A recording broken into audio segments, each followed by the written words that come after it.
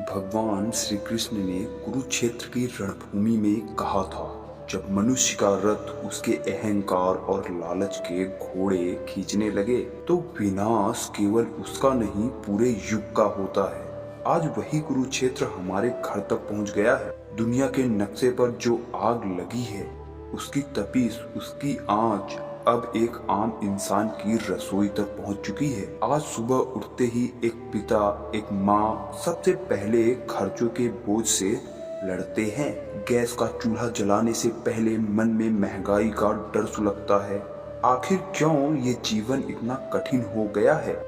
क्यों ऐसा लगता है कि हम हर रोज एक अदृश्य युद्ध लड़ रहे हैं? इसका उत्तर दुनिया की राजनीति में नहीं, श्रीमद् भगवद गीता में छिपा है। 7 समंदर पार कोई देश अपने अहंकार के लिए युद्ध करता है और उसकी कीमत हमारे घर के राशन, पेट्रोल और ऊर्जा से चुकाई जाती है। यही कलयुग का अटल सत्य है। किसी और के लालच और पाप का परिणाम पूरी मानवता को अपने आंसुओं से धोना पड़ता है।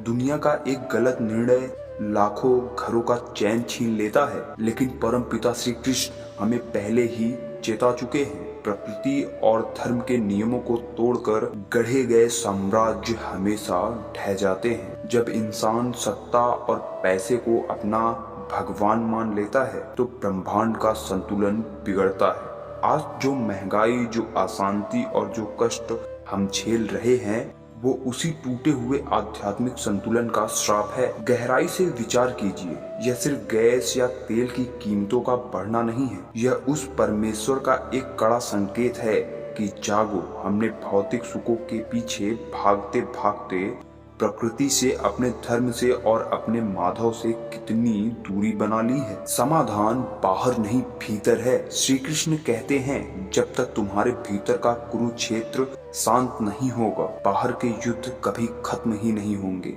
अगर इस कलयुग के अहंकार और विनाश से बचना है तो हमें वापस ईश्वर की शरण में जाना ही होगा, क्योंकि सच्ची शांति दुनिया की सत्ता में नहीं, प्रभु के समर्पण में है। जब एक इंसान बदलता है तो परिवार बदलता है, और जब परिवार बदलता है तो पूरा युग बदलता है। अगर आप भी मानते हैं कि आज दुनिया को हथियारों की नहीं बल्कि श्री कृष्ण के ज्ञान और शांति की आवश्यकता है, प्रभु का स्मरण करें और कमेंट में पूरे भाव से लिखे जय श्री कृष्ण, और इस सत्य को हर उस इंसान तक शेयर करें जिसे आज मानसिक शांति की तलाश है।